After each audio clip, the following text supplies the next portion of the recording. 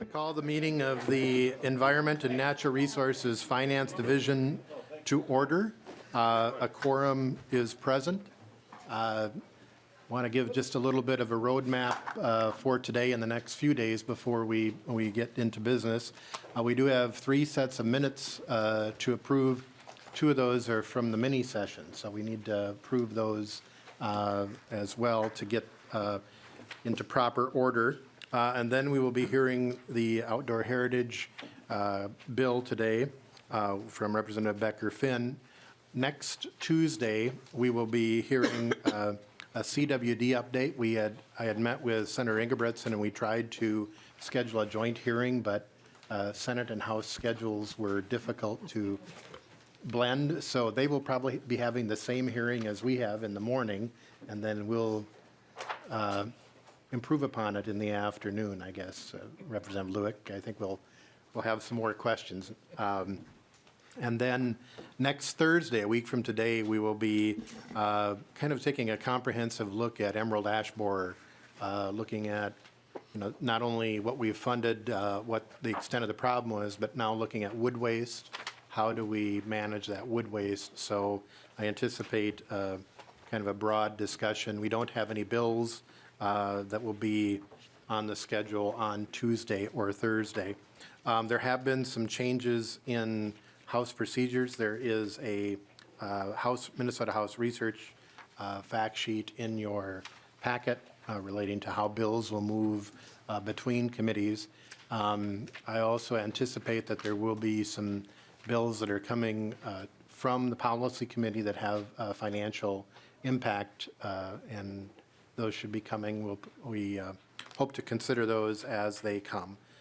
With capital investment, we do not have to hear any capital investment bills. Anything that was heard last year here and has moved through, that is in the purview of capital investment. And it's my understanding that any of the environment capital investment bills that have been introduced subsequent to that will be going directly to capital investment. And the chair there will be deciding on what to hear. So with that, any questions on kind of the schedule or timeline? It's good to see everybody back, and we have a lot of work to do, so I look forward to it. Vice Chair Claflin, do you have a motion on the May 23rd minutes? Yes, I'll move the minutes. Claflin moves the May 23rd minutes. All those in favor say aye. Aye. Opposed, nay. Ayes have it. The May 23rd minutes are adopted. Representative Claflin. I'll move the October 3rd minutes. Vice Chair Claflin moves the October 3rd minutes. All those in favor say aye. Aye. Opposed, nay. Ayes have it. October 3rd minutes are adopted. Vice Chair Claflin. And I'll move the October 29th minutes. Vice Chair Claflin moves the October 29th minutes. All those in favor say aye. Aye. Opposed, say nay. The ayes have it. Minutes are adopted. We already have 3 accomplishments for the day, so congratulations. Representative Becker-Finn, are you ready to present the Outdoor Heritage Bill? Sure am.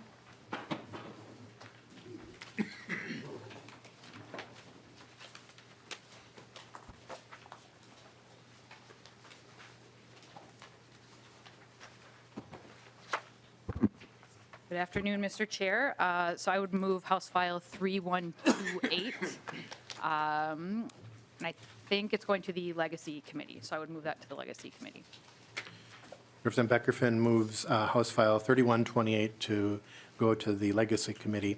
And do you have a amendment to get the bill in the shape you'd like? I do, Mr. Chair. So I will move the A3 amendment.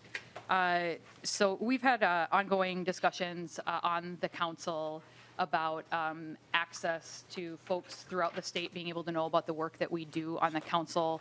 And so what this amendment would do is that require that when we have meetings here in the Capitol complex, we actually typically meet in this room, that those meetings would be video recorded and live streamed so that folks throughout the state can better participate and know what we're doing in the Outdoor Heritage Council.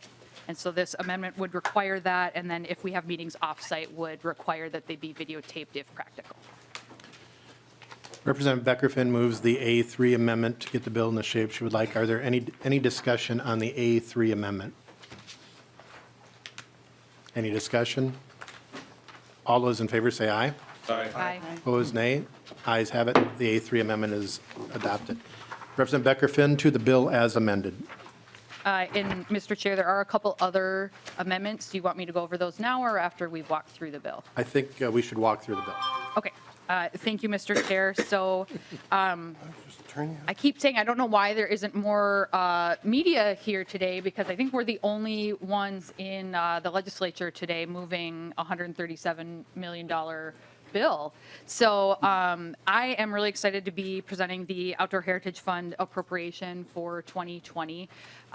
Just some background for folks, and since I think we are actually being videotaped today, the Outdoor Heritage Council, the Lessard-Sams Outdoor Heritage Council, is made up of 12 members.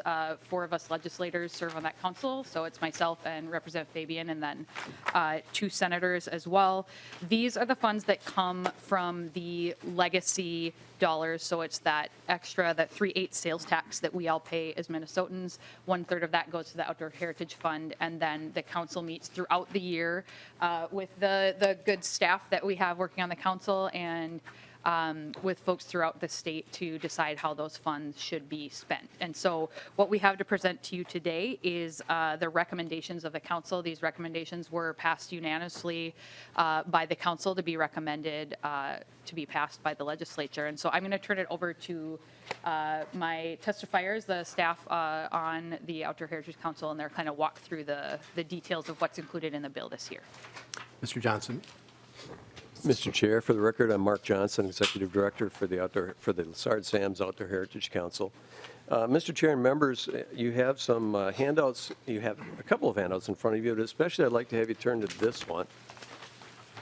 And it'll help us walk through the bill a little bit. What I'd like to do is just basically give you a walk through this summary. That will include kind of a high-level review of what's in the bill. And then also I'd like to turn it then from there to Assistant Director Joe Pavelko so he can give you some highlights, notable highlights within the bill, and then we'll stand for questions. Mr. Chair, within the review that was put forward also by staff, by your House research staff, that does a really good job of outlining the bill, and it's very similar to this. Some of the things that I would like to point out to you, though, are the basic highlights of the bill. When we look at the beginning on the front page, you'll see that there are a number of highlights listed for you, just kind of to start peeling it apart a little bit so you know where that $137 million goes or what it does. And anticipated with this bill, and I say anticipated because the work is fluid with these appropriations, so there may be a little bit more of restoration than enhancement in one bill than originally planned because the opportunities arise or because there needs to be more done or more easement instead of fee acquisition or something like that. So we're looking at about 83,000 acres of habitat, wildlife habitat, that's estimated to be restored, enhanced, or protected through this appropriation. 101 miles of shoreline for the same, restoration, enhancement, or protection. About $9 million of leverage from other funds, federal, state, or non-government funds that will come in along with this appropriation. And generally what we find is in the end we have more than that as leverage as the final reports come in. There are 25 different organizations that are the primary recipients within this, and then those have partners within those appropriations as well. 2 of those are state agencies, 11 are local units of government, and 12 are NGOs or non-government units. There are the many ongoing programs in here. Those are all robust programs, and those account for about 3/4 of the projects. And then, of course, you can see the activities that are listed on the bottom of that first page, everything from prairie restoration to forest fragmentation prevention, et cetera. If you go to the back page, or the back side of this, it actually is very similar to what House Research put together when they're talking about the different areas, subdivisions of the bill. This actually does break down the subdivisions and the projects as they come in with each one. So subdivision 1 is that first, or subdivision 2, I'm sorry, the prairie resources section is that first chunk at the top. There are 13 projects in that represent 41, almost $42 million worth of the appropriation. And you can see that there's quite a number of different recipients. The right-hand column, or near the right column, is who the primary recipient is, and then many of those will have another recipient with them. helping them, or another partner with them, I should say. As we come back to Mr. Pavelko after a little bit, he'll take some of these and pull these out, so he'll talk about them specifically. The subdivision 3 is the forest subdivision. That's pages 8 through 11 of the bill, but it's about $16 million worth of the appropriations. Subdivision 4 is the wetlands portion. It's the smallest from a project standpoint. There are only 4 projects, but those are all very robust, ongoing programs that the council has seen fit to fund again, and is really happy with the work that comes out of it. And there's just about $15 million worth of appropriations in those 4 expenditures, or 4 projects. And then the habitats portion is the biggest one, and that's the other, what we want to call an other section. It's the streams, the rivers, the conservation partner legacy. It's the largest group, and it's very diverse in its work. There are 18 projects there for the bulk of the projects for $64.6 million worth of the appropriation. And then, of course, the administration is number 6, and you can see that's quite small, $360,000. $150,000 of that is mandated for restoration evaluations, and that's something that goes on every year. So as we're really proud of that, we get a chance to actually get truthing on the ground of the projects that have been done. I'm going to call your attention now to the middle of the middle 2 pages of the brochure, and this gives you a chance to see how the expenditures divide out in the different categories of work, as well as somewhat across the state in the different eco-sections of the state. On the top left, you can see that, and I should point out that each of these charts have basically 4 colors to them, or 5 colors. We tried to keep those true. So whichever chart you're looking at, the lighter blue is enhance, the darker blue is restore, etc. But in the top left, you'll see this gives a pie chart showing the output of acres by activity across the state. So how much is enhancement? There's 70% in enhancement across the state. There's 5% of the acres are protect and fee with PILT, 3% are restore, and it goes through. So I won't repeat all this for you. The one thing I should mention is, even though we see that restore is 2,100 acres and enhance is 58,000 acres, the protect and fee, the protect without fee, or protect and fee without PILT, the protect and easement, all of those acres are also restored or enhanced for habitat. But we don't double count the acres. So those enhanced acres and the restore acres are specific acres that are enhanced or restored, and then the others are restored and enhanced, but they're just counted under the protection side. In the upper right-hand corner, it's the same basic breakdown for you, but it looks at it from a funding standpoint, how that breaks down amongst these activities of restore, protect and fee, enhance, etc. Then to the middle of the page, you come across these bar charts, and those look at it a little bit differently. They're actually considering the ecological sections of the state. And in the top middle of the page, you'll see the outline of the state, and there's different colored units there that depict those ecological sections. So we're trying to give you a little different look at things. And those ecological sections, of course, are going to be metro-urban, the forest-prairie transition area, southeast forest, the prairie, and the northern forest. And again, by the shading, you can see the gravity of those activities within those areas of the state. On the right side of the page is another bar chart that's the same type of thing, except it's looking at money instead of acres. How does the money break down? Because we know that restoring takes a lot more money than enhancing, because it's a lot more expensive to build something back from nothing than it is to enhance something that is already in fairly good shape or not as bad shape. So that gives you the dollars location or dollars distribution across the ecological sections. And then in the bottom of the page, we look at basically the resource types, in other words, the activity by acres on the left, and how it breaks down in those 4 areas of the bill, which are the wetlands, the prairies, the forests, and the habitats. And then to the right is that same thing, only with the funding aspect and how the dollars are breaking down. I should mention that sometimes it's it escapes us, or I forget to mention it, that when we're looking at wetlands, prairies, forests, and habitats, those 4 categories that are in the bill, those don't necessarily mean a specific area of the state. We have prairies in the metro urban area, prairies in the southeast forest, prairies in the prairie section, as well as the forest transition area. So, and same with wetlands and other things.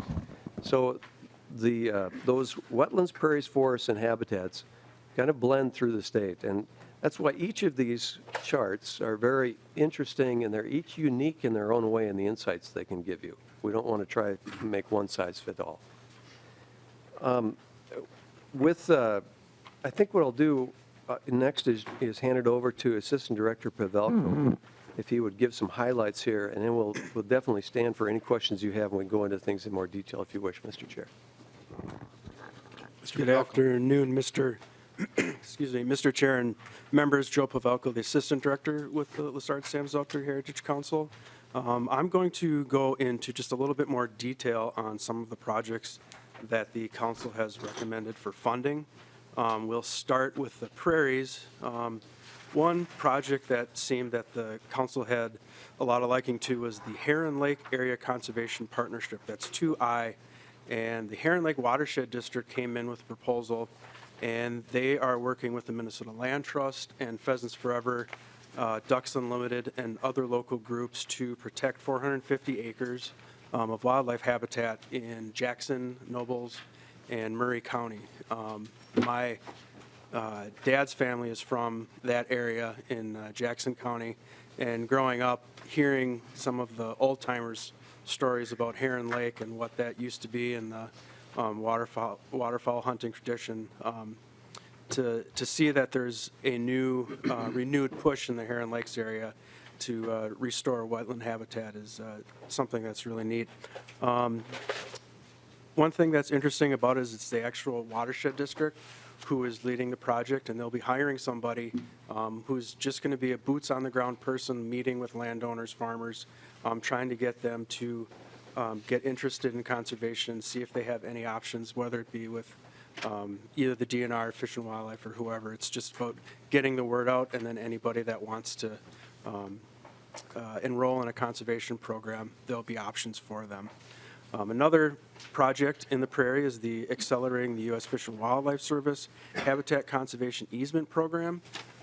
In 2018, that was more of a pilot program, so you'll see oftentimes that we might have like a phase 2, 3, 4, all the way up to 11, and if the phase is successful, then they'll come back in and ask for more money, and this is something where they had asked for, a modest amount of money.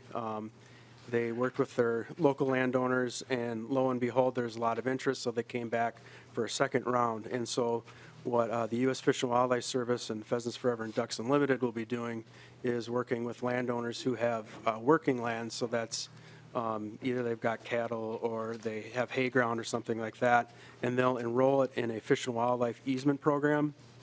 And this allows the landowner to work the land so it can either be grazed or delayed hayed, and they receive a payment for that. But more importantly, the Fish and Wildlife Service, they also buy the right to restore and enhance those properties. So it's not a hands-off program. The Fish and Wildlife Service is actually out there doing restoration on those properties. So you're getting more habitat in the end, plus the landowners get to use the land as they have been, either for grazing or for haying. Into the Northern Forest region, the Northern Forest Habitat Conservation Project with Minnesota Land Trust in St. Louis County, that's 3C, subdivision 3 on the back of your project there, or the back of your page.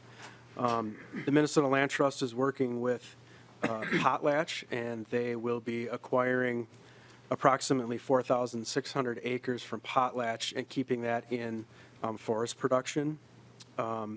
The county has been working with those partners. They've passed a county board resolution supporting the project. It's a pretty interesting project that the county is willing to take that on and keep it in forest production. Another project, a big project that our council has been funding over the last few years, and we've also at our last meeting had quite a bit of discussion on this project, were the DNR roving crews. And the DNR roving crews are 6 to 8 person crews that the DNR hires, and their only goal in life is to do on-the-ground habitat work. So they're not doing any real,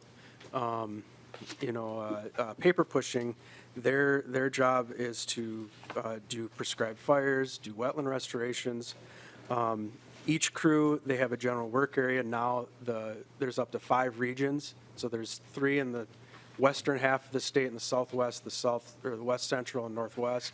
There's now a crew in the northeastern part of Minnesota, and then also a crew in the metro/southeast part of the state. And all they do is work directly with area land managers, DNR and Fish and Wildlife Service, and other public land managers, and do habitat work. So if you're in the grassland part of the state, they'll probably be doing woody tree removal or prescribed fire. If they're in the northeast part, they may be doing, some sort of prescribed burn. It could be fire breaks. It could be brushland removal. Whatever the area managers can think of that these crews could do, that's what they do. And then finally, just to talk about CPL as our last project, every year we are required, the council is required to have a small grants program, and that's the Conservation Partners Legacy Grant Program. And we have a handout which looks like this, and this is something that the DNR provided to us. And as you can see, over the 10 years or 11 years, 668 projects have been funded, 200 government and nonprofit organizations. The average cost is $95,000. So these are projects that are under $400,000. Any application that's over $400,000 goes to the Lessard Sam's Council and runs through this process. Anything that's under $400,000, those organizations request money from the actual DNR, and it's a true grant process, not an appropriation process like this. So once the DNR receives the appropriation money, they open up a grant program, and that's where the requesters can get their money. 83 counties have had CPL projects, so there's still a few stragglers out there, but it sounds like CPL is working with those to make sure that we get a higher number. You can see there's some graphs there that show where the distribution is of CPL projects and who receives it, the kind of habitat type, and the activity. And then on the back of the handout, you'll see some before and after pictures. These are just typical types of projects that CPL does. But as you can see, the St. River Association, Wildlife Forever, and Delta Waterfall are all recipients that do good habitat work with the money, just like we all expect. So thank you, and we can answer any questions that you may have. Thank you. Representative Green? Thank you, Mr. Chair. I do have a few questions. I was looking at your chart, and it appears that about 27% of this year's bill will be taken away from private ownership. And I know that you've got 14% of that, it shows an easement, but keep in mind that when those easements are purchased, they're lifetime easements. And when the property owners are finished getting their payments off those lands, they've been now coming back to us and asking for a reduction in their property taxes because they can't use the land. And it really makes the land unsaleable. So eventually the state's going to end up with that anyway. So there's, the amount of acreage that you have here, keep in mind that that's not all there is. It's added to the fact that we already have about a third of Minnesota that's no longer in private hands and public hands. And for those of you who think that your children one day may want to own their own property, it's disappearing pretty fast in Minnesota, so keep that in mind. But I do have some questions too, and I'll start kind of down at the bottom of my list. Let's go, you don't have it on your you don't have, if you don't have the book, it's going to be hard for you to look at, but if we go to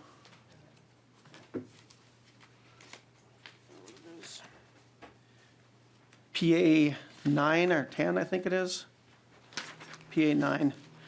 And there's 900 acres of land here that's being enhanced. And it's the money is going to Pheasants Forever and Ducks Unlimited. And then from there, it will be transferred over to federal lands.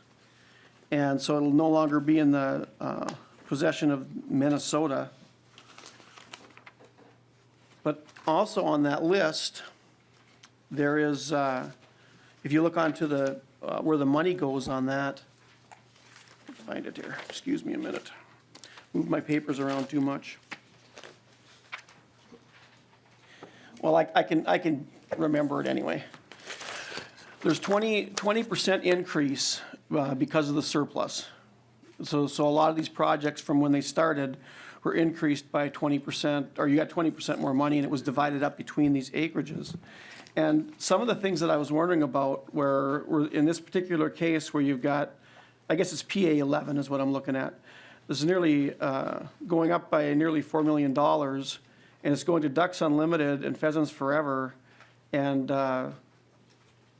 20 million and 15 million respectively are going into these NGOs, and it just says for contracts. That's all it says. So when you added in the extra money, what exactly did it go for? Is it just going to them to do with what they want? Is there a specific need for that money? So what does it mean when it says for contracts on the increase? Mr. Johnson? Mr. Chair and Representative Green, just for clarification, Representative Green, PA 11, that is the Accelerating the U.S. Fish and Wildlife Service Habitat Conservation Easement Program, Phase 2? Green? Actually, I don't know why I wrote that down. Let's see. Yeah, PA 11, yes, it says it starts, accelerate, yes, that's what it is, accelerated phase 3. Mr. Johnson? Mr. Chair, this is the that Working Lands Easement Program that Mr. Pavelko was mentioning, so Joe, would you mind taking that one? Mr. Pavelko? Mr. Chair and members, so in the contracts line item of the budget, that is for restoration costs. So the Pheasants Forever and Ducks Unlimited will receive funding, and they'll have a contract with the Minnesota DNR to do the rest or the work. So if you look at in the language, in the bill language, it'll say X amount of money to Pheasants Forever with an agreement to do X, Y, and Z. And so DNR will have an agreement with them that spells out exactly how they're going to spend the money, where they're going to spend it, and then they all have a budget. And in the budget, in the contracts line item, that is for restoration or enhancement. So that would be they're doing seeding on a property or doing something to help with allowing grazing or wetland restoration where they have to hire contractors to do that. Anywhere where Ducks Unlimited would hire somebody to do some sort of service. So it's not,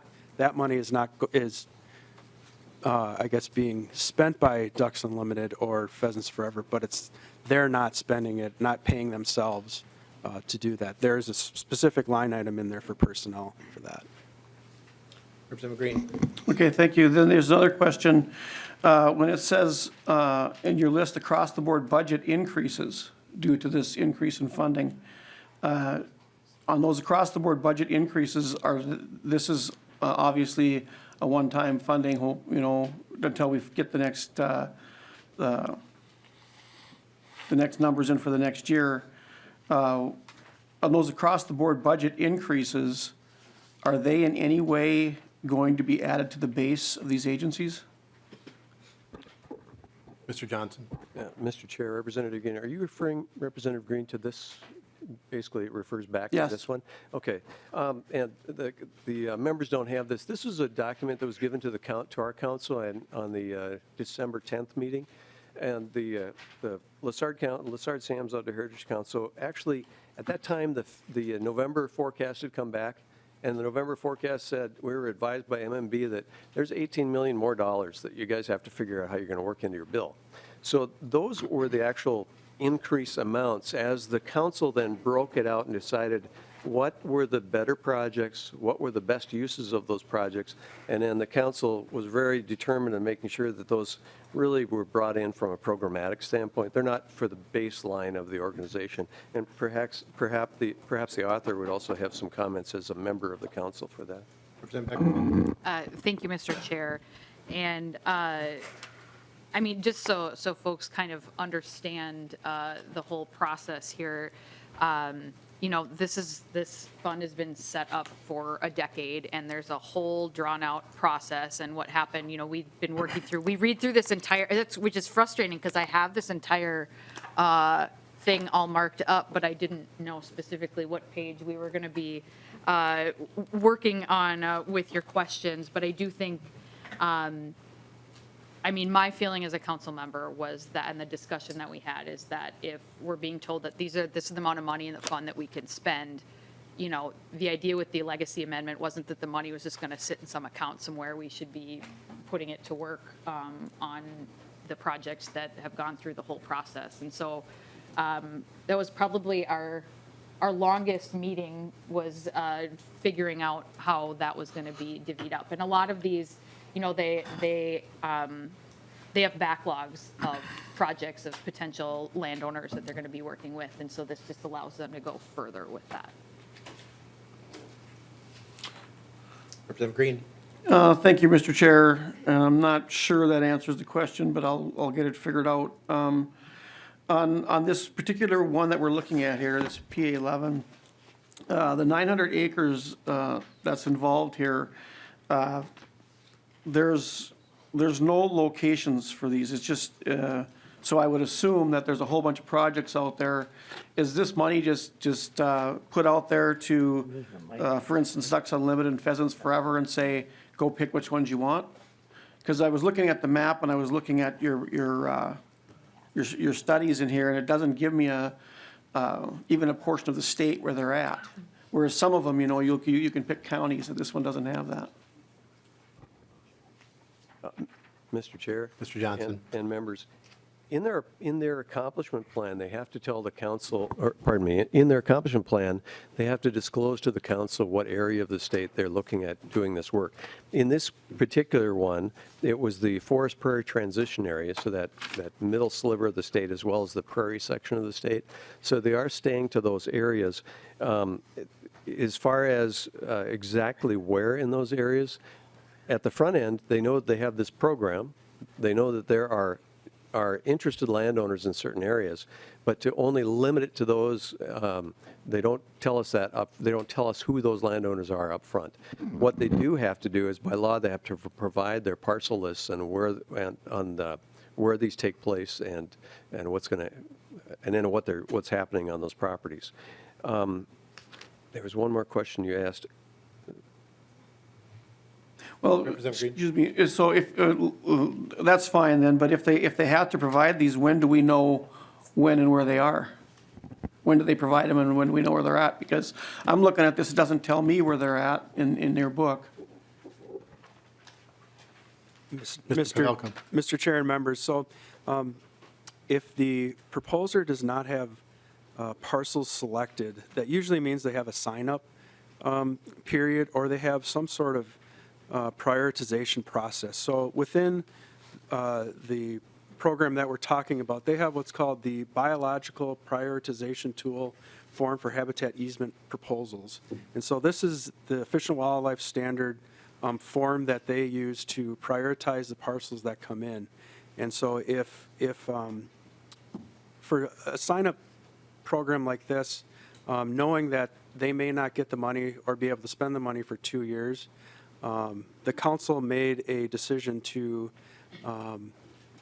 allow the submission of this in place of a list of projects, just because most people aren't, some people may not wait 2 years for the Fish and Wildlife Service, whoever, to possibly get money before they want to sell their property. So this gives the council some assurances and gives the council the ability to know exactly how they're going to prioritize, and they may not know where those parcels are, but they'll know the type of parcels that they're going to be in this general area.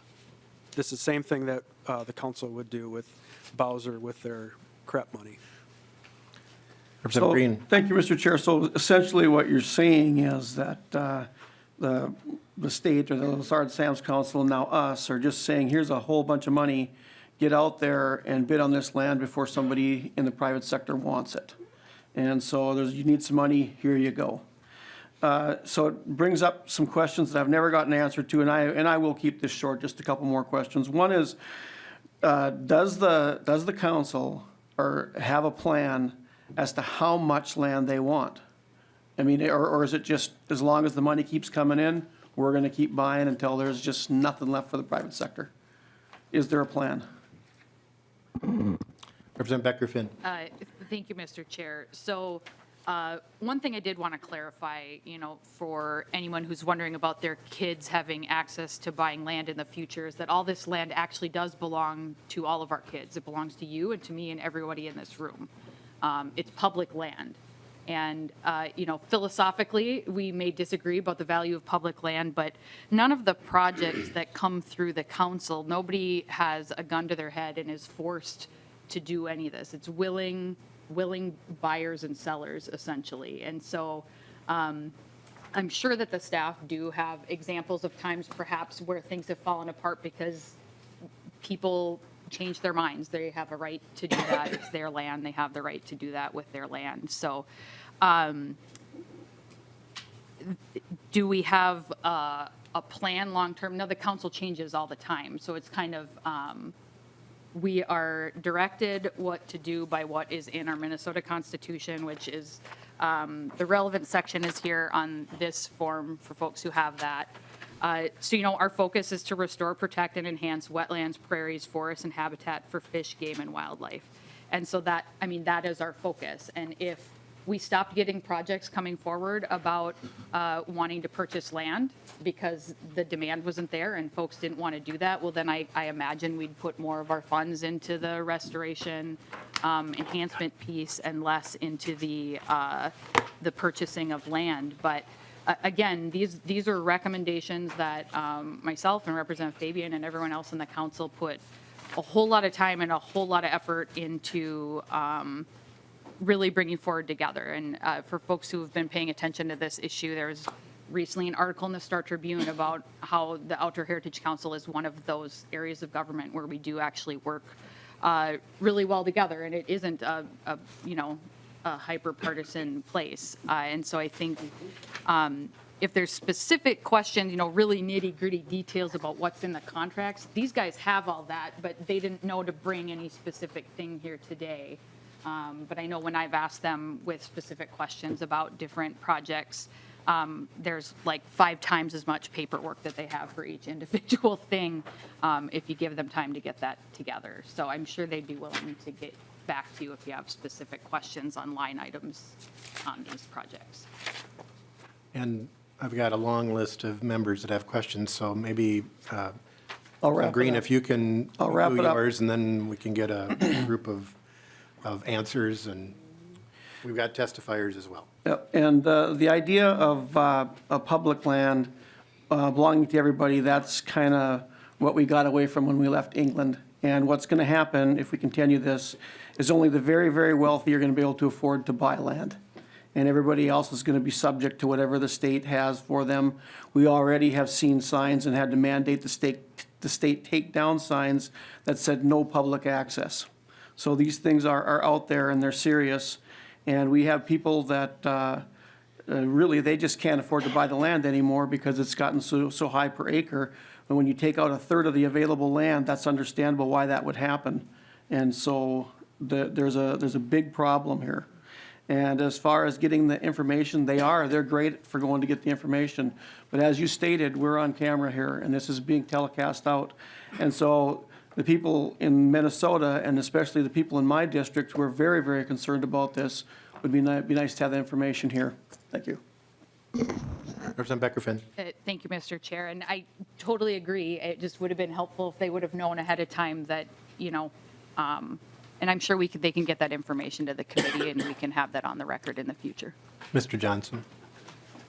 Mr. Chair, just to inform the committee, the council does have a 25-year vision, and I can make sure your staff has that so that that can be circulated. That does go back to about 2010 and 11, where the council actually looked at what really should be the forward view of the Outdoor Heritage Fund, how the monies are spent, and what happens with the dollars. So it does look at those acres. It doesn't have a specific number, but they have a ballpark and anticipations of what might happen from it. So I have Representative Wagenius, then Claflin, then Lee, then Becker. Representative Wagenius. Two quick questions and an observation. I really appreciate the 83,000 plus acres that are going to be restored, enhanced, or protected. That's good news for Minnesota. Another piece of the good news is a lot of this activity will result in new carbon sequestration. Are you all tracking that? Mr. Johnson.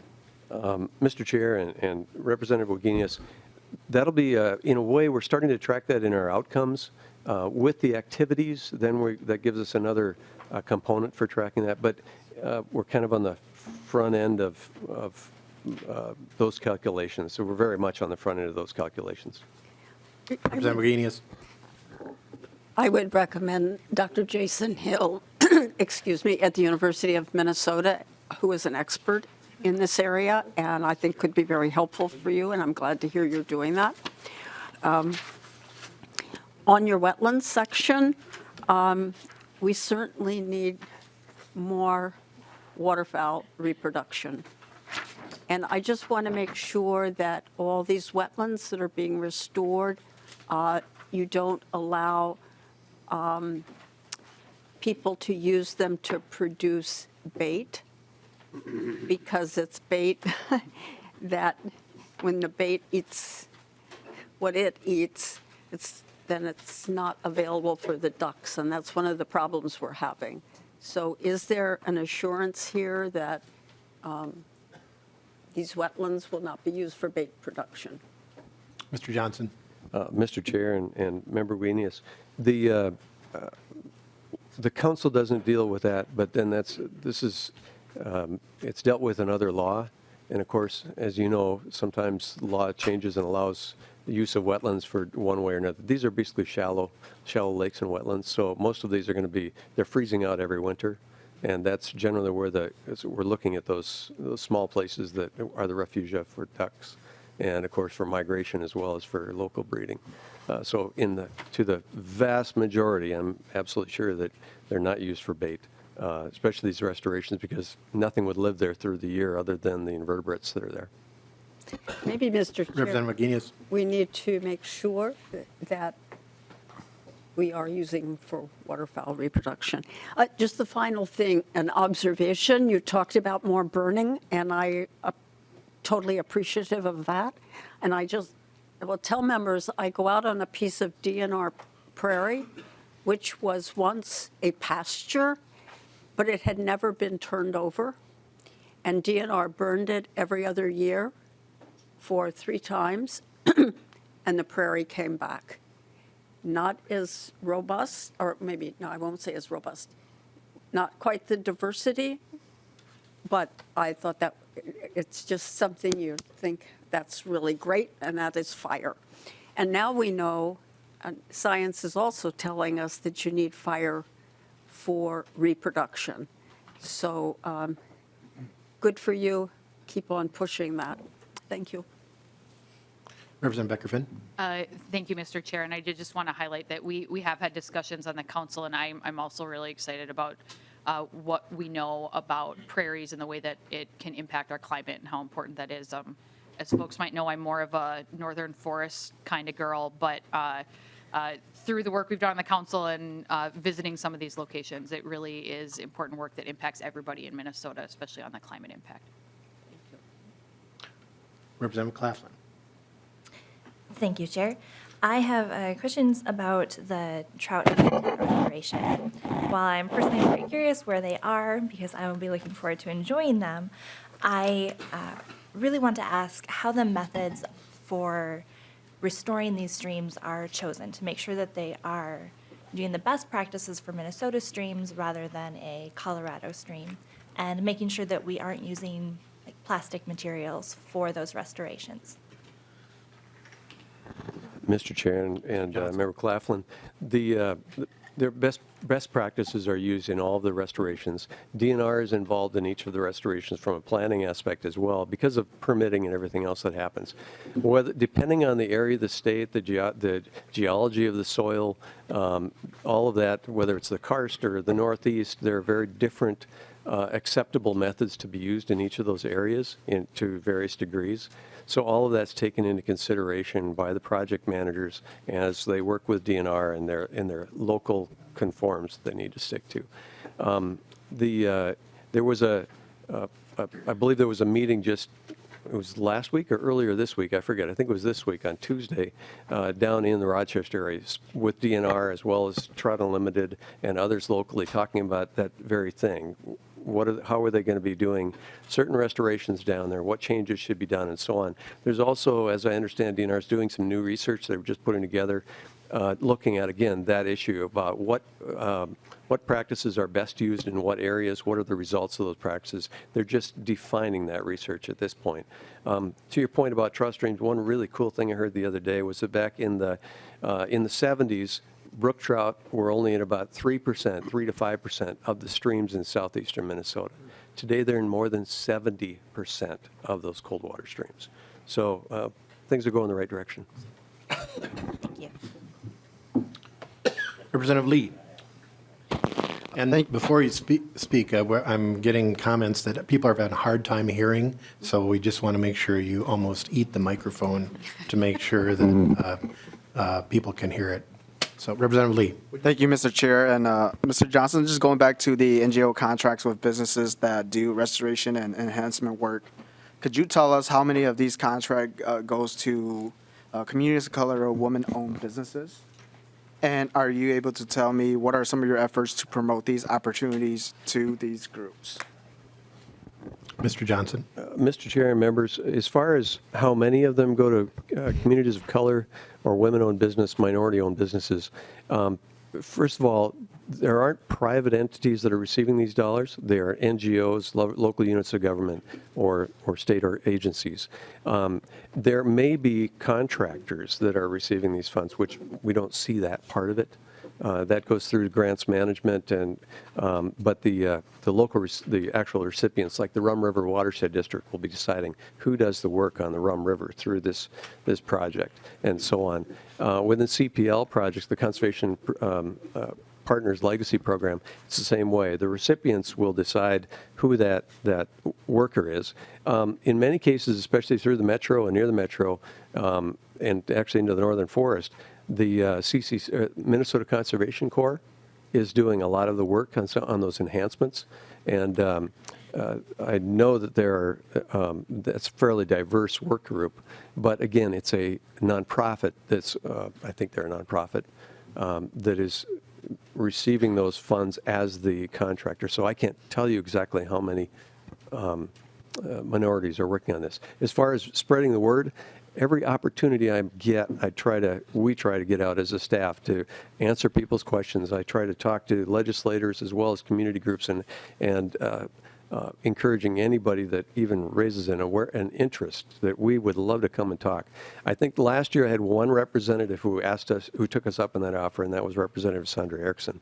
We had a whirlwind tour of 3 different stops in her district in one day and met more than 70 individuals who were members of organizations, local units of government, et cetera. So. Representative Becker. Thank you, Chair. You know, one of the things that I think Representative Green was pointing out that concerns us in greater Minnesota is the valuation of the land. I see it quite often, unfortunately, that I have private individuals who want to purchase land, but you can't go against the state, meaning you can't pay as much when you have such deep pockets. They bid up the land. I hear that as a complaint, and it is a concern because, like Representative Green has shared, is private ownership of land or private ownership of item is so important for individuals. It makes a better citizen. It also makes people productive, and I think that's the point that I got from Representative Green. Quite frankly, I agree with them, because when we take land out of the private sector and put it into a public, then other landowners, doesn't matter if they own a home in the community or if they own farmland or other land, now that tax is passed on because the services that we as the state of Minnesota, if it's health and human services that we have to tell the county to do, the county gets most of their money through property tax. And where I'm at, we have several individuals who are fixed income, and it makes it extremely hard. So what are we seeing? What we're seeing is, I am seeing landowners who are moving to North Dakota and South Dakota. They put the property in a trust, so we're losing the people. Unfortunately, folks, if you go from Canada down to Iowa, you know, from Representative Fabian's district down to Representative Shoemaker's district, there's no longer a community larger on the Minnesota side. That was not the case. What are we doing? The people who are the makers, who take the risks, are leaving our state. And those are the people that allows us to get more income tax. Folks like myself, a small business owner, who struggle with all the things that the state puts on us. So that's the point. I understand, Representative Becker-Finn, you see the importance of public land. I do see the importance of public land. Don't get me wrong. I go water skiing. Our family's huge with water skiing. But there comes to a point that when you have a third of the land that's out of public access ownership, then people, only a certain class of people can afford that land. And that concerns me because that property is bid up. I've seen it time after time after time. When you have a market, because the product is land, and when you shrink that amount of product, which is land, economics tells you there's going to be, it will go up because there's less product. So I see a lot of good things in this bill, but what always concerns me is that acquisition of land, because that is definitive. We can't grow more land in the state of Minnesota. Thank you. Anyone want to respond? Are there any other questions? I have a couple, but I want to make sure we get the testifiers in. So Mr. Carlson, if you want to.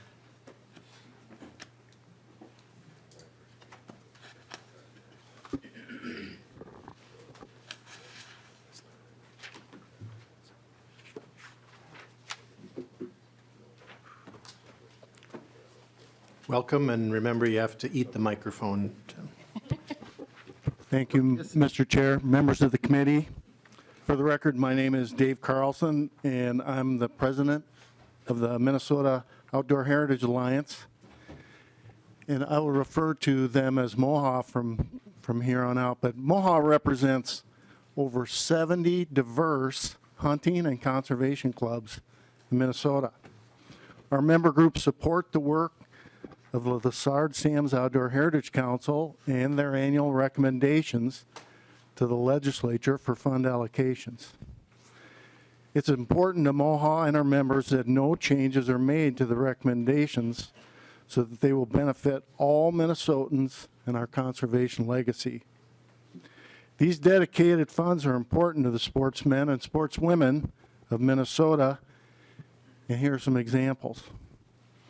MOHA member group Ducks Unlimited has partnered with the Lessard Sam's Outdoor Heritage Council since its inception.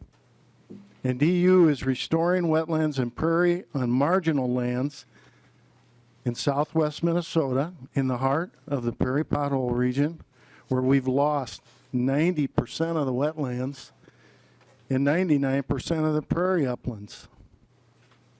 And we're doing so sequesters tons of carbon and CO2.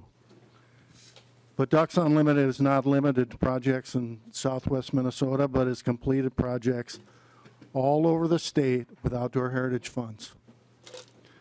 MOHA member group Fox Lake Conservation League uses outdoor heritage funds for habitat and preservation and natural resources, fish and wildlife in Martin County through land acquisition and work projects. MOHA member Pheasants Forever, their work in Minnesota has been nationally recognized for their outstanding efforts to permanently protect critical habitat for pheasants, waterfowl, and other wildlife. With funds from the Outdoor Heritage Fund, thousands of acres have been acquired across the state for public hunting and recreation. All the citizens of Minnesota benefit from these dedicated funds by the work that the Minnesota DNR is able to do that otherwise couldn't be funded, from restoration to preservation of our public lands. They partner with groups dedicated to prairies, wetlands, streams, and clean water, and the Outdoor Heritage Fund makes it all possible. I want to conclude with thanking those members of the Lessard Sam's Outdoor Heritage Council for their work, their dedication, the time to evaluate the many requests that come to them, and to make the decisions to fund worthy projects that the sportsmen and sportswomen of Minnesota fully support. Minnesota is lucky to have all of those that participate in helping to conserve our public lands and waters through the Outdoor Heritage Fund. Any questions for Mr. Carlson? Thank you. Ms. Loon?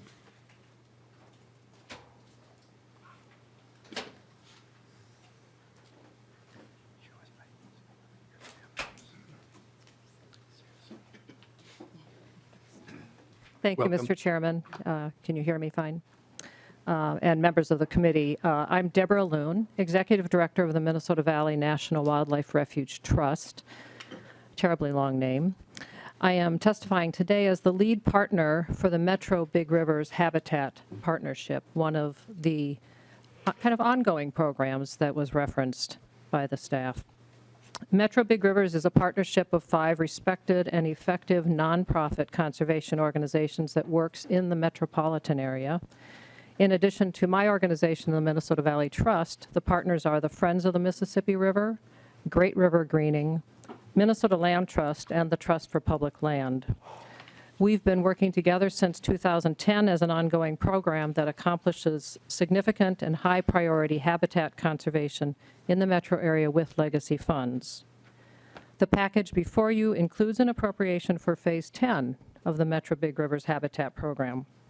Our vision is a cohesive network of significant habitat for wildlife with an emphasis on the corridors and tributaries of the 3 big rivers in the metro area, to the benefit of migrating and resident waterfowl, birds, and wildlife, and the 3 million residents of the urban, suburban, and rural parts of the metro area.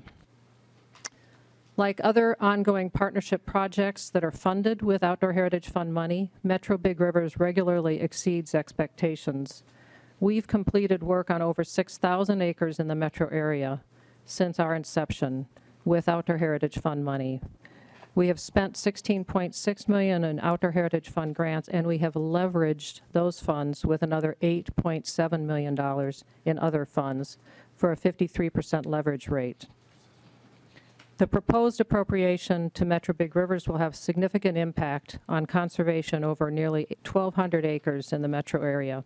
With the appropriation, we will protect 764 acres through fee title acquisition and permanent conservation easements, and we will restore or enhance 418 acres of significant but degraded habitat throughout the metro area. The legacy amendment was overwhelmingly supported by Minnesota voters, as you know. The Outdoor Heritage Fund package prepared for you by the LSOHC contains 42 high-priority conservation projects across the state. These projects have been thoroughly vetted by the LSOHC through its competitive, fair, and fully transparent public process. We are fully supportive of the LSOHC process and the package it has prepared for you, and we appreciate the incredible effort that all of the LSOHC members put into their process. We encourage your approval, and I would be happy to answer your questions. Thanks for this opportunity. Are there any questions? Thank you. Thank you. Is there anyone else who would like to testify? Anyone else who would like to testify? With that, I have a couple questions. Where did Mr. Johnson go? And I'll be very quick. On the map, it has enhancement as about 70% of the acres of activity. And my question relates to the restoration evaluations. So the restoration evaluations, are they only evaluating restorations, or are they evaluating restorations and enhancements? Mr. Chair, primarily restorations, but also, primarily restorations, but it does end up being restorations and enhancements. So we don't have anything dedicated to just evaluation of enhancements? Mr. Chair, of course, enhancements and restorations are on the same continuum. It's just they're kind of two sides of it. So in essence, it is enhancements that are being done as well. It's just that they're looking at the more dramatic ones, which ends up being the restorations. So rather than just looking at where a burn went through a grassland, they're looking at where the ones where we're really doing more than that, where it's the burn, it's the other practices that end up bringing that's really restoring it back to what we want it to be. So it's looking at the more dramatic projects. Thank you. And then the second question is kind of related in the aquatic environment. So we're now 10, 11 years into funding shallow lakes. And when we fund shallow lake projects, or have we gone back and looked, has there been reinfestation from common carp into some of those shallow lakes, which may impact that restoration? Are we going back? That's a little different than a prairie restoration, but are we monitoring those shallow lake ones to see if is there carp exclusion? Are we having carp come back in that just negate what we did? Mr. Chair and Pell. members, the groups like Ducks Unlimited and DNR who most of the time when they are doing shallow lake restorations, they're actually installing water control structures, and those water control structures allow the water level management of the lakes. And with that in mind, knowing that you probably won't be able to remove every single carp out of the system, those structures allow you to go back and kill off the carp if need be. So I don't know of any, real water control structures that have been built with OHF that doesn't allow that water level management. So, and obviously the area managers are monitoring those, and if they need water level management, they have the ability now because they have the correct water control structures to do it. If we could find out if we've gone back to see if that's been done. Representative Wagenius. I would put an exclamation point on that. I look at Lake Christina, which you've spent a ton of money on, and it does seem like the carp are way in the, back in the marshes. And that's where they spend the winter. We all know that. And then we lower the Lake Christina and the carp come back. So thanks for following up on that, Mr. Chair. When you were talking about burning, which you can tell that I like, burning a piece of prairie is great for the prairie, especially now for reproduction. But if you're burning brome, do you call that enhancement? Mr. Johnson. Mr. Chair and Representative Wagenius, actually, brome is one of those products that through the restorations and enhancements, they're looking at trying to replace it, remove it, replace it, get rid of it in one way or another. So those ends up being enhancements or restorations generally.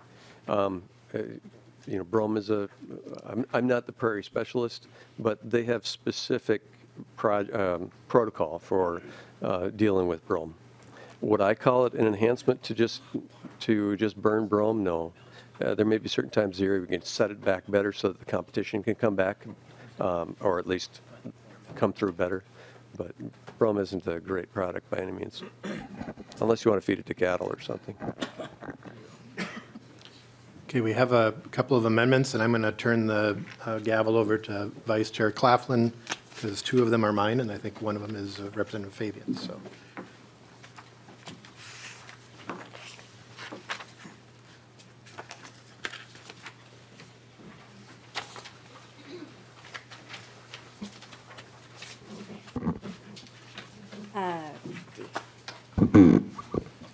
Hanson has the A4 amendment.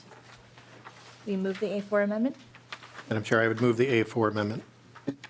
All those in favor of the amendment, please signify by saying aye. Yeah, I was going to. Oh. Reading the script too quickly. Yes. Madam Chair, the A4 amendment is similar to what we passed last year on this.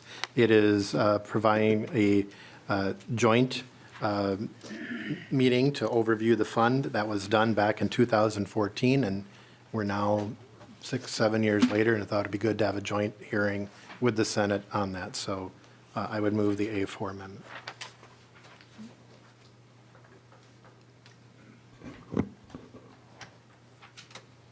Any other discussion on the amendment? Representative Finn.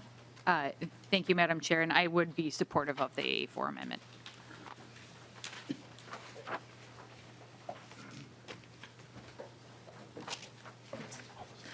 All those in favor of the amendment, please signify by saying aye.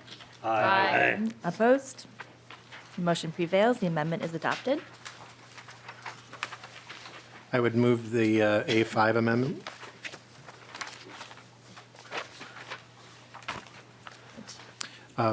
Madam Chair, the A5 amendment is relating, if you look in the bill, it's relating to the Conservation Partners Legacy Grant.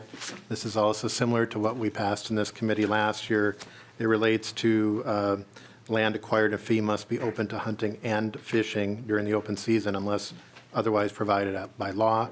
That is a very hard threshold to meet in the metro area. It could be fishing, it could be hunting, but it may be difficult to be both. And so that acts as a de facto screen against some projects there.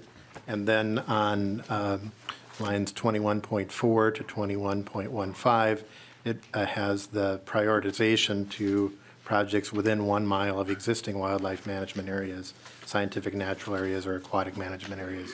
So again, that can be a hard threshold to meet in the metro areas. So I would ask for support for the A5 amendment. Representative Fabian.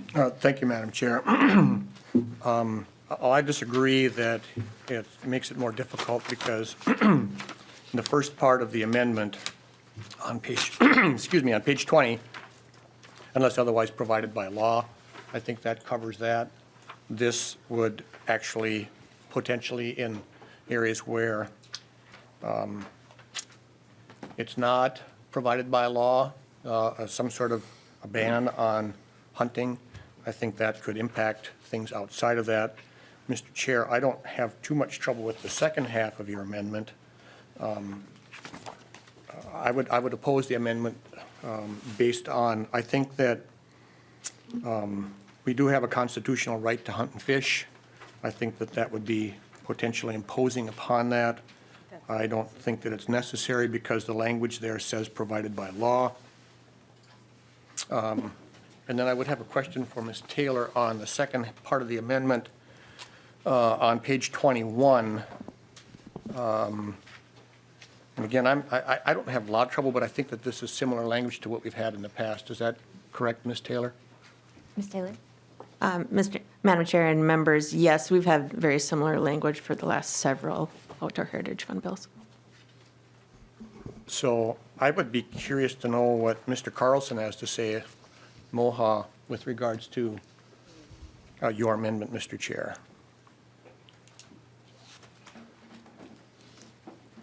Mr. Carlson.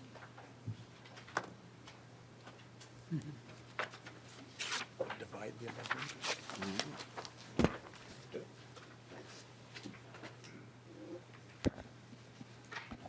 Mr. Chairman, members of the committee, Dave Carlson of Minnesota Outdoor Heritage Alliance. I'd agree with Representative Fabian That was easy. that the language would work. As it's in the bill, not the amendment. Yep, okay. As it's in the bill. Yep. Representative Becker-Finn.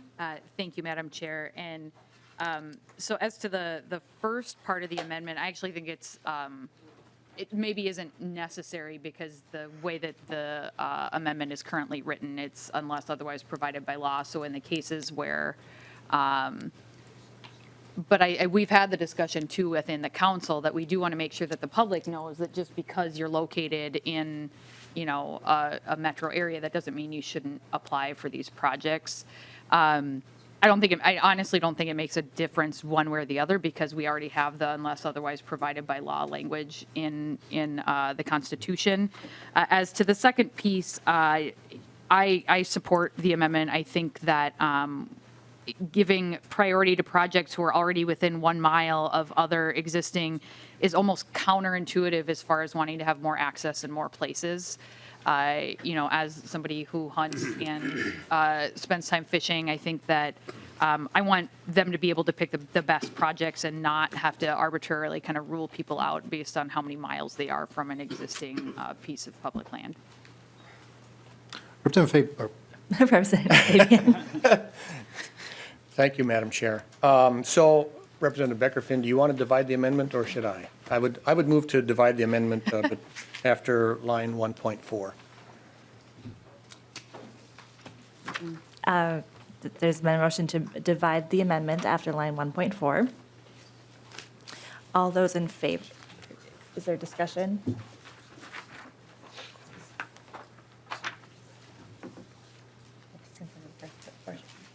We'll consider the first portion of the amendment. I would encourage a no vote for the record, Madam Chair. Right. Oh, no, wait. No, Yeah. you want Yeah, I'm sorry. Yeah. My bad. First, we're doing Yeah. Representative Hansen.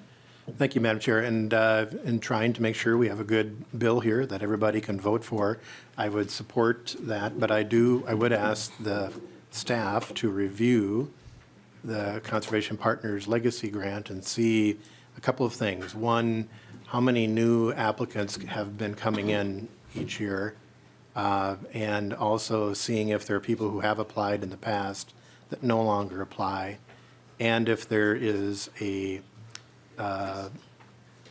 looking at where those grants go, if there are communities in the metropolitan area that do not allow hunting, if they are being screened out of the grant application process because of those prohibitions.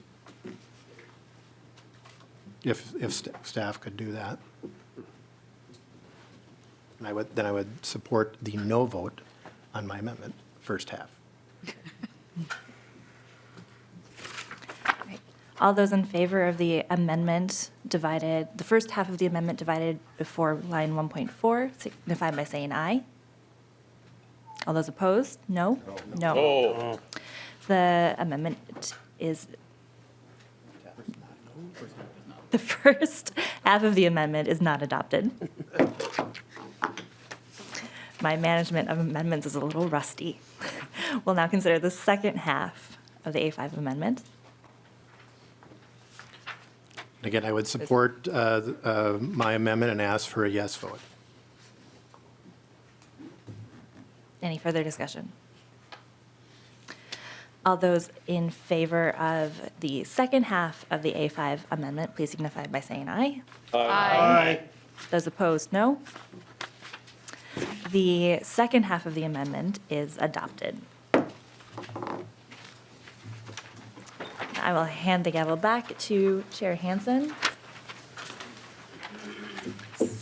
Representative Fabian. Thank you, Mr. Thank you, Mr. Chair. I'd like to move the A6 amendment. Representative Fabian moves the A6 amendment. Mr. Chair, this is a conversation that's been going on here for some time, and you and I have talked about this since last session. I feel strongly, I've told the council when we were finishing up our work on the bill to bring to the legislature that this was a issue that I wanted to bring into this conversation. And simply what I'm trying to do, and I heard Mr. Carlson say in his testimony about the bill that we want to benefit all Minnesotans. And I want to help benefit all Minnesotans. I want to make the lands that are acquired with taxpayer dollars in this bill in the form of WMAs to be accessible to those folks in our disabled community that have mobility issues, so that they don't have to go through such a complicated process to be able to gain access onto those state lands. And I would hope that all of the members of this committee would support it. I would hope that organizations like MOHA would support this, to put people who have mobility issues through the bureaucratic hoops that they have to go through to be able to do this, I think is wrong. As I told you, Chair Hansen, I've had a number of conversations with DNR about this. I've been assured by the DNR that they were going to bring some ideas to me, and that started last May. And you can count the months between May and February.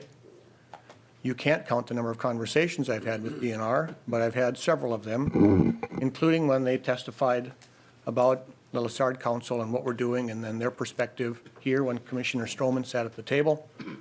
And to this point, I have received 0 suggestions or ideas from them. So this is where we are today. Thank you, Mr. Chair. Representative Becker-Finn. Thank you, Mr. Chair. And I did talk to the DNR about the amendment. They are supportive of this amendment. I am also supportive, as folks may or may not remember, I have a brother who uses a wheelchair. I certainly understand the concern in not making people jump through extra hoops. I do, for DNR staff, the only thing that I want them to think about, if there's a way that we can, with this current process, people call in and have to wait to get permission.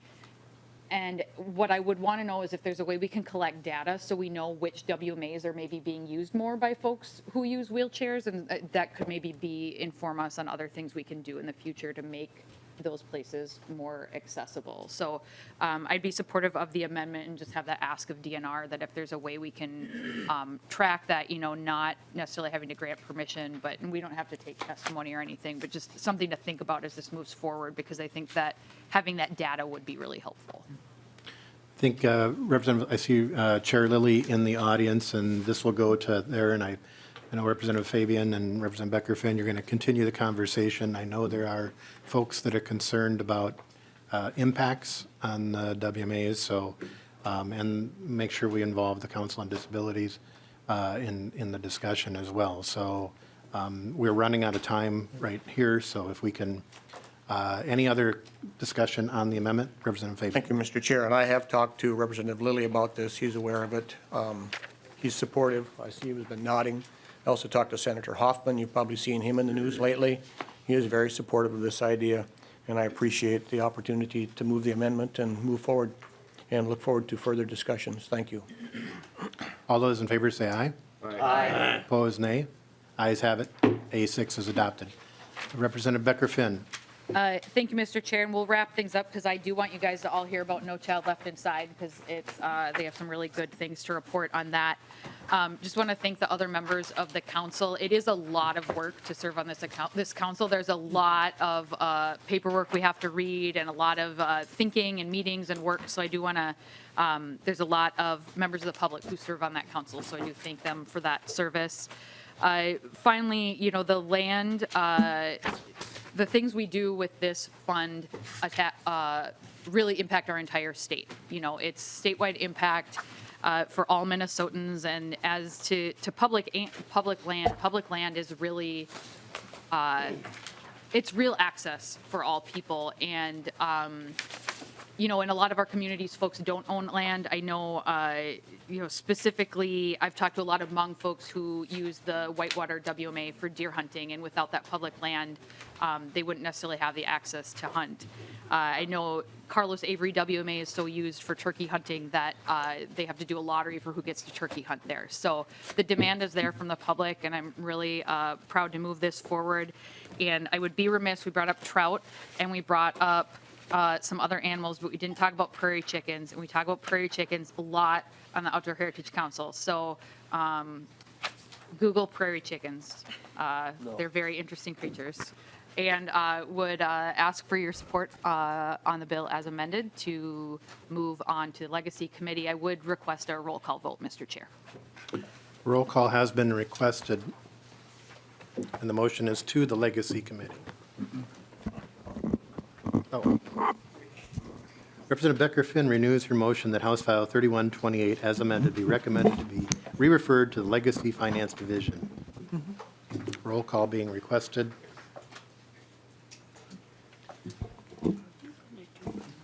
Mr. Schwartzwalter. Hanson. Aye. Claflin. Aye. Fabian. Aye. Backer. Becker-Finn. Aye. Eklund. Fisher. Aye. Green. No. Heinzman. Lee. Yes. Lewick. Aye. Morrison. Aye. Nelson. Aye. Purcell. Aye. Sandell. Aye. Sundin. Aye. Tice. Aye. Wagenius. Aye. Eklund. Aye.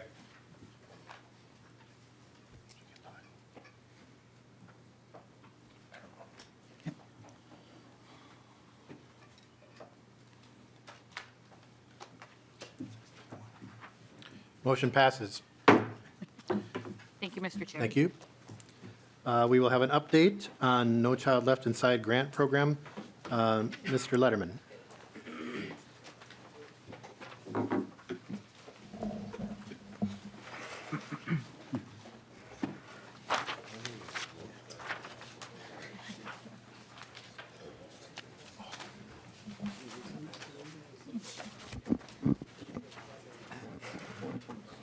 Mr. Chair, members, thank you very much for the opportunity to be here today.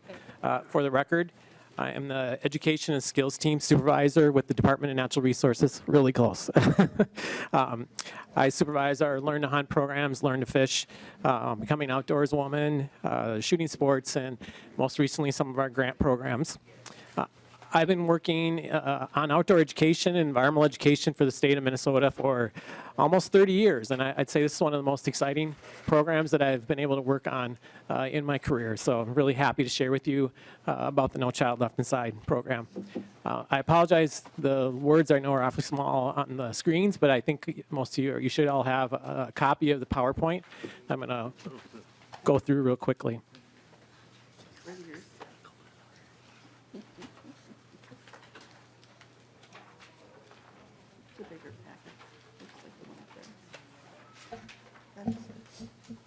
There we go.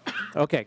I won't spend a lot of time. I know we don't have a lot right now. So, but I thought it'd be interesting just to look back at some of the history of outdoor education, environmental education, conservation education in the state. So you have a chance, you want to take a look at that. It's kind of interesting to see that things, there's been a lot that's happened over the years of interest and work in this area. Just as a refresher about the program, again, last year, the appropriation from the legislature was $1.2 million for No Child Left Inside. There were 3 categories of funding that were set aside. Some of the criteria and priorities were very prescribed in the legislation. Category 1 was targeted primarily at natural resources education and outdoor recreation. There's $500,000 set aside for that category. Eligible applicants was quite broad for this category. Public entities and nonprofits were eligible. Category 2 was focused on fishing, hunting, and shooting sports programs. Again, $500,000. But very limited eligible applicants. Only public school districts and tribal schools were allowed to apply for that category. And then category 3 was targeted for high school fishing leagues, and that was $200,000 was set aside for that. And again, very targeted eligibility of just nonprofit organizations that are operating high school fishing leagues or clubs.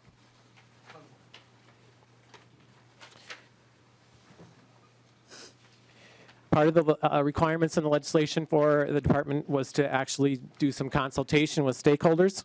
So we did reach out and work with several different groups that are listed here.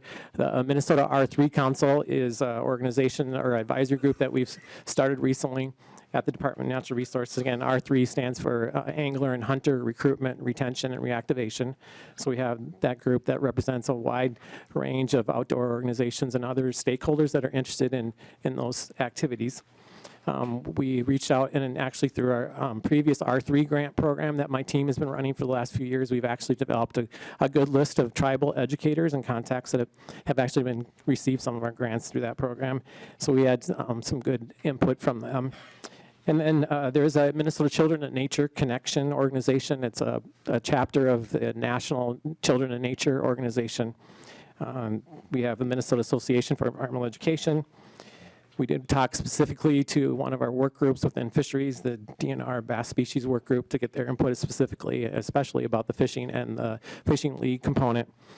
And then I did reach out to as many of the representatives that actually manage fishing tournaments across the state to try to get their input on our criteria and our priorities. And then we have several staff that work on outdoor education, outdoor recreation programs within the agency that provided some feedback on the process. So trying to get some activity going very quickly on this, we decided to start with a small grant program, which we called Phase 1 mini grants. And I knew from my previous work in some of these areas that there would be a lot of interest, especially in that category 1 that was very broad and allowed a lot of different applicants to apply. So we decided to try set aside the first $200,000 for this first come, first served process and a small 2-page application. The eligible amounts were from $500 to $5,000. And gave at least a 6-week notice. So by the time we were all set, it was October 23rd at 9 o'clock. And we had a generic email account that applications could come into. And I opened up that account at 9 o'clock, and all of a sudden these applications just started popping in. It's kind of like Taylor Swift tickets for sale. I'm kind of surprised the computer system didn't crash. We had over 200 applications by 9:06 a.m. And about by 340 by 2:40 p.m. So we put out the notice. We only had enough money for about 60 projects with that amount of money, even at that small amount of money. So got the word out, and a few more trickled in. And then so over those first few days, we had over 400 applications. The requests for those 400 were over $1.2 million. We were able to go through again with first come, first serve, and we actually did distribute these by capita, by region by capita. So in your handout, you, I think, have a list of all of the 59 projects that were awarded in Phase 1. Then also you have another handout, and I'll hit some of the highlights on that, but there's a 2-page analysis that we did of the applications for Phase 1 and Phase 2. But in Phase 1, one of the criteria or priorities that was talked about in the legislation was to try to reach underserved or children with limited opportunity. So we did make that a priority in the process. First come, first serve, it was not in this phase that we were able to do much with that, but it was of interest to us when we were looking at it that the average applicant rate of free and reduced lunch, which is kind of the standard measurement of poverty and youth that have limited opportunities, 39.7% of the that was their average free and reduced lunch rate of our applicants. So we know we're reaching some underserved children. And just a couple more things on applicants. 64% of those Phase 1, Category 1 applicants were from public schools, 30% for nonprofits. And one thing that was new to me and kind of surprised, which is really encouraging, is that of all the applicants, 20% of them were preschools or working with preschoolers. So that was interesting. Majority, again, this is small grants. Majority of the requests were for equipment, about 55%. And then as far as the location, a lot of the projects were looking to do their applications right on the school grounds, which to me is very encouraging. We want to make sure that people understand, kids understand that nature doesn't have to be at the Boundary Waters or at the lake up north. There's a lot of great nature and outdoor rec opportunities right in our backyards. So I was excited to see that a lot of the programs and projects are being done right on, and many times right on the school grounds. As far as specific activities, even in this category, we did have a lot of angling and shooting components, so that was good to see, along with a lot of biking, cross-country skiing and snowshoeing. I think being in the fall, people were thinking about wintertime.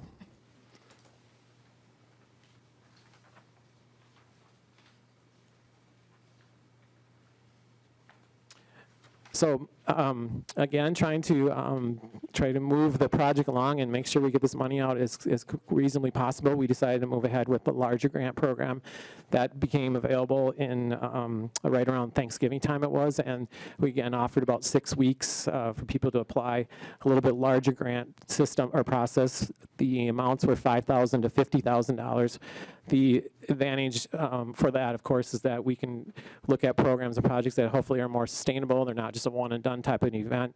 They're not just taking like some dollars for buses and driving to another park, but actually we know that hopefully they have some continuation and ongoing processes that the kids will actually potentially be able to do this and really learn a lot from it.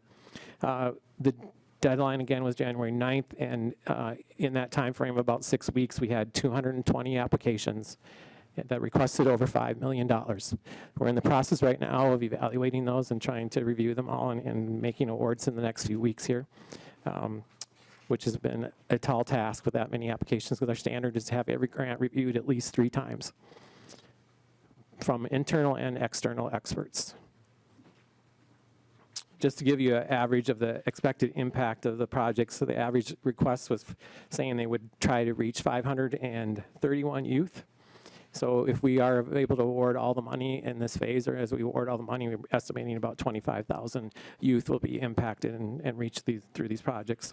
The type of applicants were pretty similar, few more nonprofits versus public schools. And this again was all categories, so 1, 2, and 3 were all open and available in this phase of the grant process. Locations were the similar location, and then pledge of match is a criteria in the legislation, and just to note that at least 2/3 of the applicants pledged a match of 50% or more, so we are leveraging a lot of other resources with this project.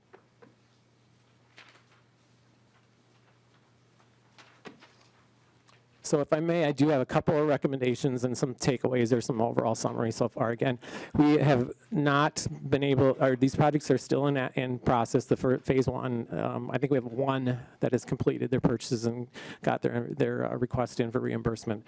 So we'll be getting more details on the program and results as we go along here. But a couple of high notes that we want to mention. We did get a really good response from tribal organizations, and a lot of the projects are working with diverse communities. I will say, though, is of note that by far the most requests that we've gotten have been for Category 1. Again, that's the outdoor recreation and natural resources education component. I think one of the key factors is for that, though, is because the eligible applicants was way more open than it was for the other categories. Because we did see a lot of fishing and hunting in that category, but in the other categories, they weren't as open for applications from different organizations.